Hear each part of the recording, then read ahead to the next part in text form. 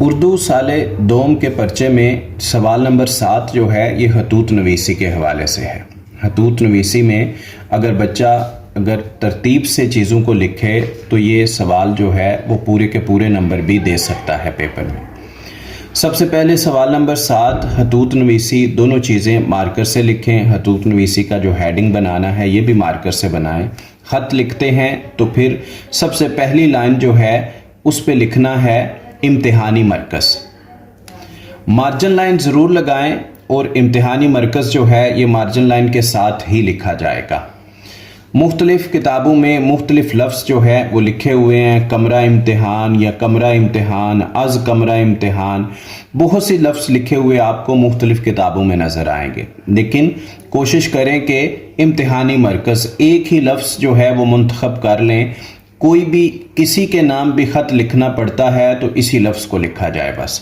امتحانی مرکز کے بعد جو ہے نیچے والی سطر جو ہے اس پہ تاریخ لکھیں، 26 ہے، اگست ہے، 2023 ہے۔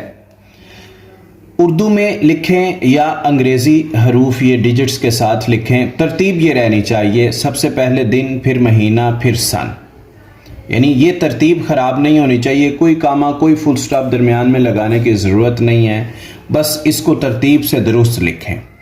اردو میں لکھیں یا ایسے لکھیں، اس میں نمبرز میں کوئی فرق نہیں پڑتا۔ اس کے بعد تیسری لائن ہے پیج کے درمیان میں، جس کو آپ خط لکھ رہے ہیں اس کو مخاطب کریں، جیسے پیارے بھائی، یعنی بھائی کے نام آپ خط لکھیں۔ اس کے بعد ندائیہ کی علامت ضرور لگائیں۔ جس کو بھی خط لکھا جا رہا ہے، جو رشتے ہیں یا دوست ہیں ان کو آپ پیارے کے لفظ سے مخاطب کریں، باقیوں کو محترم کے الفاظ سے جو ہے وہ آپ مخاطب کر سکتے ہیں۔ اس کے بعد اگلی لائن ہے السلام علیکم۔ السلام علیکم، اس کو بھی درست انداز سے لکھیں، درمیان میں واو نہیں لگانی، یا وا جو ہے وہ وا لگا دیتے ہیں بہت سے بچے، اس طرح جو ہے اس کو استعمال نہیں کرنا۔ اسلام جو ہے وہ ایسے کر کے بھی نہیں لکھنا، السلام الف لام سے شروع کریں۔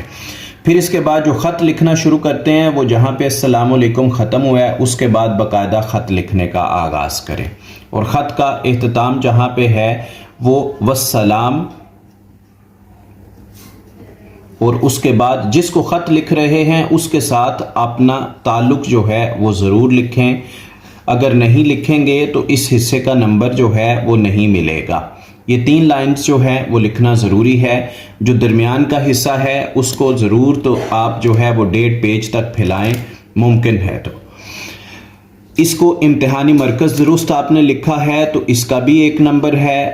یہ تاریخ درست انداز میں لکھی ہے، اس کا بھی 1 نمبر ہے۔ پیارے بھائی مخاطب اگر درست کیا ہے اس کا بھی 1 نمبر ہے۔ السلام علیکم کا بھی 1 نمبر ہے۔ جو درمیان میں آپ خط لکھیں گے یہ 5 نمبر کا ہے، اور یہ اختتام جس کے ساتھ آپ دوسرے کے ساتھ جس کو خط لکھ رہے ہیں اس کے ساتھ تعلق لکھیں گے تو یہ بھی 1 نمبر کا ہے۔ یوں یہ خط جو ہے وہ 10 نمبر کا سوال بن جاتا ہے۔